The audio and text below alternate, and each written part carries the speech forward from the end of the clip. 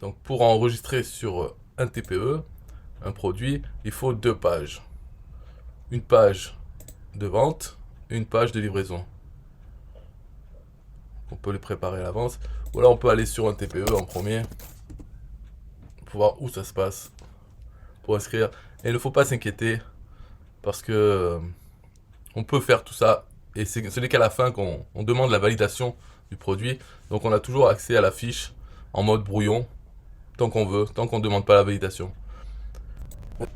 Si par la suite, une fois que c'est validé, si on veut changer des choses, il y a certaines choses, on n'a pas besoin de redemander la validation, et pour d'autres, oui. Alors lesquelles, je ne sais plus, mais en tout cas le titre, le prix, la commission, tout ça, ça ne demande pas de validation. Donc on peut très bien modifier le taux de commission sans, c'est immédiat, il n'y a pas besoin de demander validation. Je pense peut-être le lien de la page de vente ou le lien de la page de livraison, si on change ça, peut-être il faut redemander la validation. Ou, ou le type du produit, peut-être des choses comme ça. Mais en tout cas, le titre, le prix et la commission, non. Donc dans le menu vendeur, on fait ajouter vos produits. Et donc il faut remplir ça, l'envoyer, et là il nous donne le lien du bon de commande. On aura un lien spécial pour ce produit. Et donc le lien, il faudra le mettre sur le bouton de la page de vente, il y a marqué acheter. Il faudra mettre ce lien sur ce bouton. Et une fois qu'on l'a mis, là on peut demander la validation. Il vérifiera que sur la page de vente, on a bien ce lien. Donc le nom du produit, on peut dire par exemple le tunnel. Puisque si on va voir notre tunnel, donc le tunnel d'affiliation. Ouais, là comme c'est un brouillon, justement, on peut ne, on s'en fout complètement, on le fera, on corrigera après. Là c'est juste pour avoir les bonnes URL, les bons liens pour la page de vente et la page d'accès. Le prix du produit, ouais, voilà, on travaille bien le brouillon. Une fois qu'on est sûr, on demande la validation. Et normalement, c'est fait dans les 24 heures. Ou ça peut être quelques heures seulement, ça dépend à quel moment on l'envoie. Et je sais qu'il ne fait pas qu'une fois le matin. La vérification, il peut le faire n'importe quand. Mais voilà, on peut attendre 24 heures, je pense, maximum.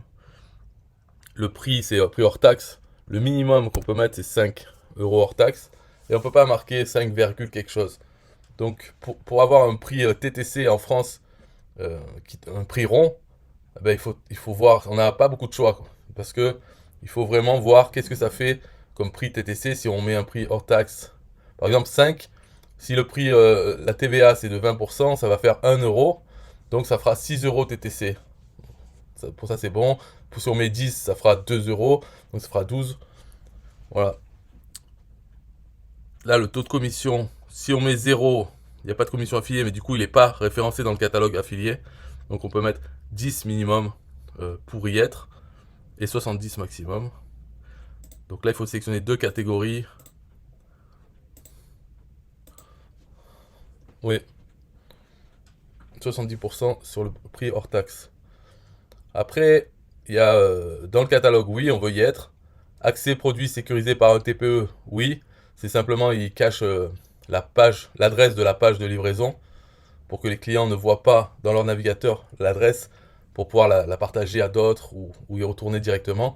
Ça sera une adresse de un TPE qui n'est valable que 48 heures après l'achat. Donc s'ils retournent sur cette adresse plus tard, ils n'auront plus accès à la page de livraison.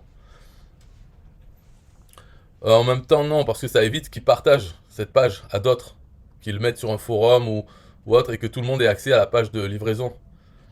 Donc ça, ouais, la page de livraison. C'est une fois qu'ils ont payé, ils sont redirigés vers la page de livraison, mais avec un accès sécurisé, entre guillemets, quoi. C'est une page d'un TPE qui ne sera plus valable 48 heures après l'achat.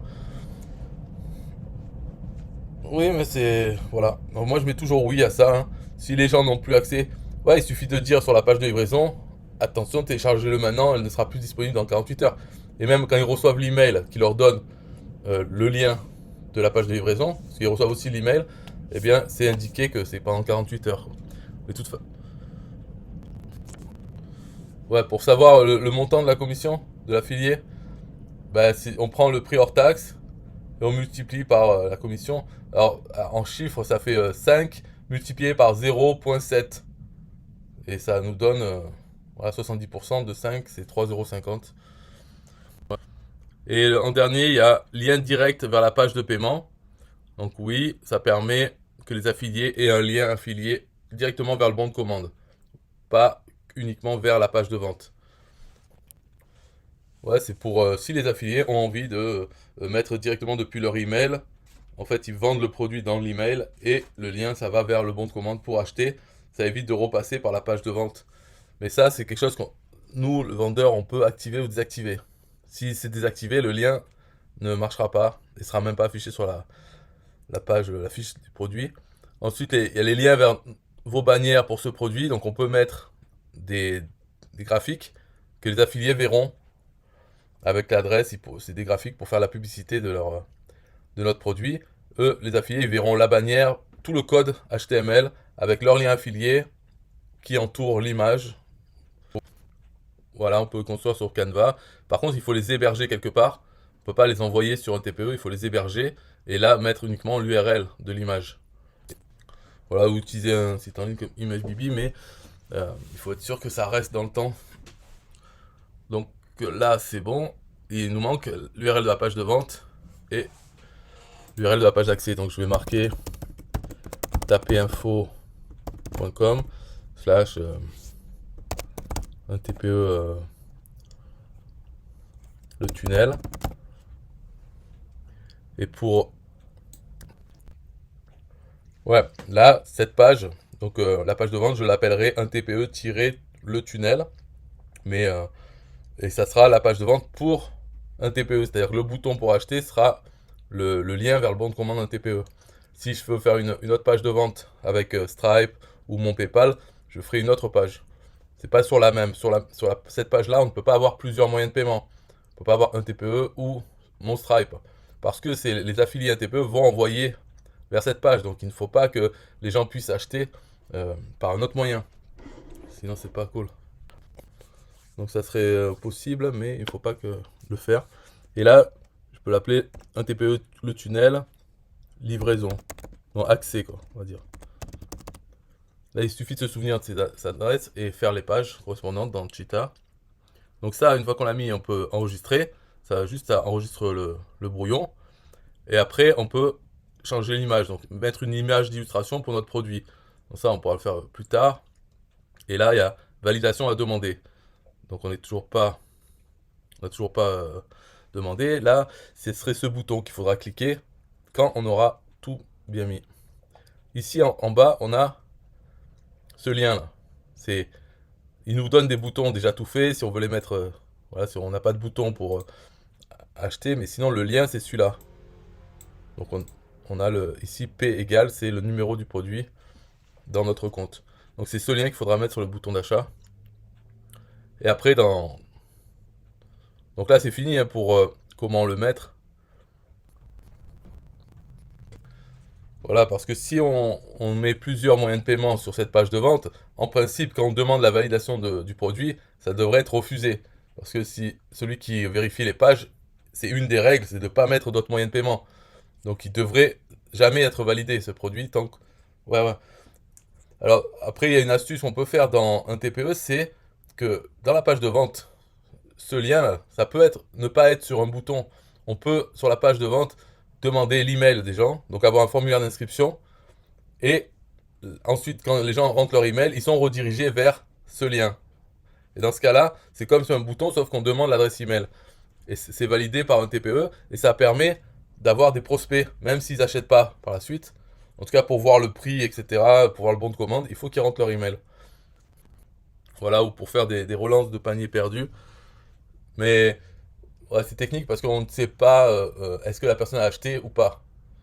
En fait, pour le savoir, il faut vraiment coder quelque chose pour avoir l'adresse email qu'on reçoit dans l'autorépondeur.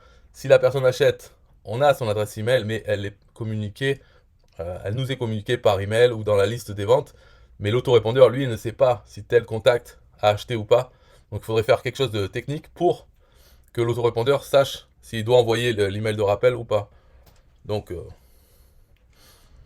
voilà, ça demande du code et ça peut être fait plus tard s'il y a le besoin, quoi. En attendant, ça permet d'avoir des prospects et à eux, on peut leur envoyer des emails standards, même qui marchent, que ce soit un client ou qui soit encore en mode prospect.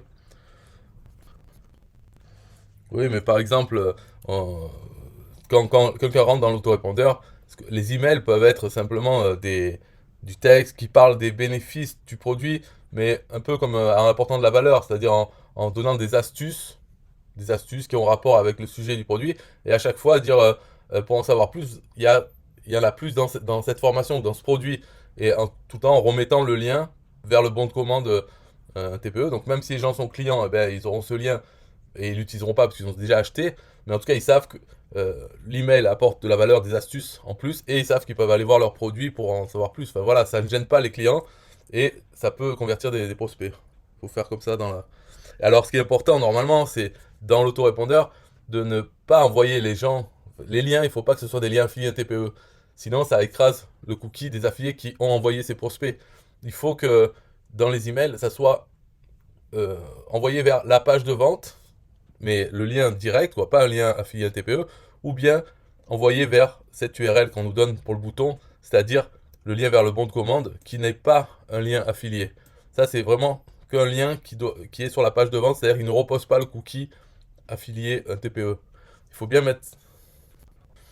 Non, parce que la personne qui l'a envoyé sur la page de vente, elle a posé son cookie au moment de quand la personne a cliqué sur le lien affilié pour arriver sur la page de vente. Là, le cookie, un TPE, est posé sur le navigateur du visiteur. Et là, il s'inscrit dans le formulaire, il reçoit un email, il faut que le lien qu'il y a dans l'email, il soit neutre, il ne repose pas un cookie, un TPE. Voilà, donc c'est pas le lien qui repose le cookie de la personne qui a envoyé le prospect, c'est simplement que le lien est neutre, il ne repose pas de cookie. Il faut faire attention à ça pour ne pas, enfin pour que les affiliés qui envoient des gens qui arrivent dans l'autorépondeur aient une chance quand même de toucher des commissions, même si c'est pas le jour même suite à un email. Ouais. Voilà, c'est tout. Après, pour montrer comment faire la page et tout ça, c'est autre chose. Et il n'y a rien de spécial, hein, c'est simplement mettre un bouton avec le lien qu'on nous donne ici. Et dans la page de livraison, c'est simplement donner accès au produit. Alors ça peut être aussi dans la page accès, on peut avoir un formulaire de capture. Pour les clients qui viennent de payer, on leur dit pour obtenir ce produit, rentrez votre email à nouveau là-dedans. Donc ça, la page d'accès peut être un formulaire de capture. Ce qui peut par exemple identifier pour l'autorépondeur, ça peut être utile parce que ceux qui ont acheté pour obtenir le produit, il faut qu'ils rentrent leur email. Donc ça peut être le même autorépondeur. On peut dire ceux qui rentrent par ce formulaire, on leur met le tag client. Donc on ne leur envoie pas les emails de rappel, par exemple. Ça permet de faire ce qu'on disait tout à l'heure sur les codes. Même sans code, on pourrait faire ça. Aussi, on peut se servir de la page accès pour faire des upsells. Et, parce qu'une fois qu'ils ont payé, ils arrivent là. Sur cette page, on peut leur fournir le produit et leur dire, mais aussi, si vous voulez tel et tel produit, si on en a à nous d'autres, ou même en affiliation, on pourrait. Sur cette page, c'est assez libre, donc on peut proposer d'autres choses. Si on veut faire des upsells et que l'affilié d'origine touche la commission, il faudrait que sur cette page accès, on fasse comme sur la page de vente, c'est-à-dire qu'on utilise ce type de lien, voilà, neutre, pour envoyer vers les bons de commande de nos autres produits. Et normalement, le formulaire sur le bon de commande, il a enregistré des informations du client qui vient de payer. Donc au moins son nom, toutes ces informations, elles seront à nouveau dans le formulaire. Il n'aura plus qu'à remettre ces informations de paiement. Donc on peut faire des upsells comme ça. Oui, oui. Après, une fois qu'on a tout bien fait, on demande la validation du produit et il faut attendre qu'il soit validé pour que notre lien affilié, pour que ça fonctionne. Sinon, le bon de commande marquera ce produit n'est pas encore en vente. Donc il faut bien attendre de recevoir un email de un TPE qui nous dit votre produit a bien été validé ou n'a pas été validé et il donne une raison. Donc ce qu'on peut faire quand on a la raison, on revient sur la fiche, on corrige la raison et on redemande la validation du produit. Il faut attendre à nouveau un email. On peut le faire tant de fois qu'on veut. Il ne faut pas se bloquer dès qu'on reçoit un refus. C'est peut-être qu'on a oublié quelque chose. Parce qu'il y a des règles. Hein. Lire ceci, enfin, il y a des choses à lire. Mais en général, c'est clair, c'est précis, mais ça peut être c'est moqueur, quoi. C'est une personne qui le fait. Par exemple, certains, c'est non, la page de vente est trop pourrie. Mais ça, c'est vraiment. Si un TPE nous dit ça, j'ai déjà vu à certaines personnes, il faut le faire, quoi, pour être refusée pour cette raison. Ouais. Mais c'est vraiment qu'elle est trop pourrie. Il y a des pages de vente qui ont aucun rapport. Ou bien si par exemple on a oublié de mettre le lien sur le bouton, ben, on aura ça comme raison. Mais c'est facile d'être sur un TPE en fait.